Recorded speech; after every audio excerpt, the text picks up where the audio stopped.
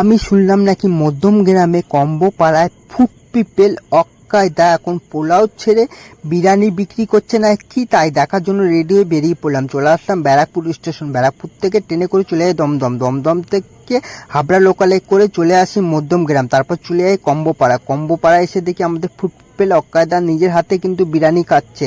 অক্কায়দার হাতে কাঠ দিয়ে কাউকে মারবে নাকি, শুনলাম নাকি সেকেন্ড হাঁড়ি আসছে, ওটা তোলা হবে কাঠের সাহায্যে ভর করে। দেখো সেকেন্ড হাঁড়ি তোলা হচ্ছে, এখন ঢালছে নিজের হাতে অক্কায়দা ঘি। এখানে চিকেন বিরিয়ানির দাম হলো 150 গ্রাম চিকেন দিয়ে 140 টাকা। আনলিমিটেড চিকেন বিরিয়ানি, 150 গ্রাম মটন দিয়ে আনলিমিটেড মটন বিরিয়ানি।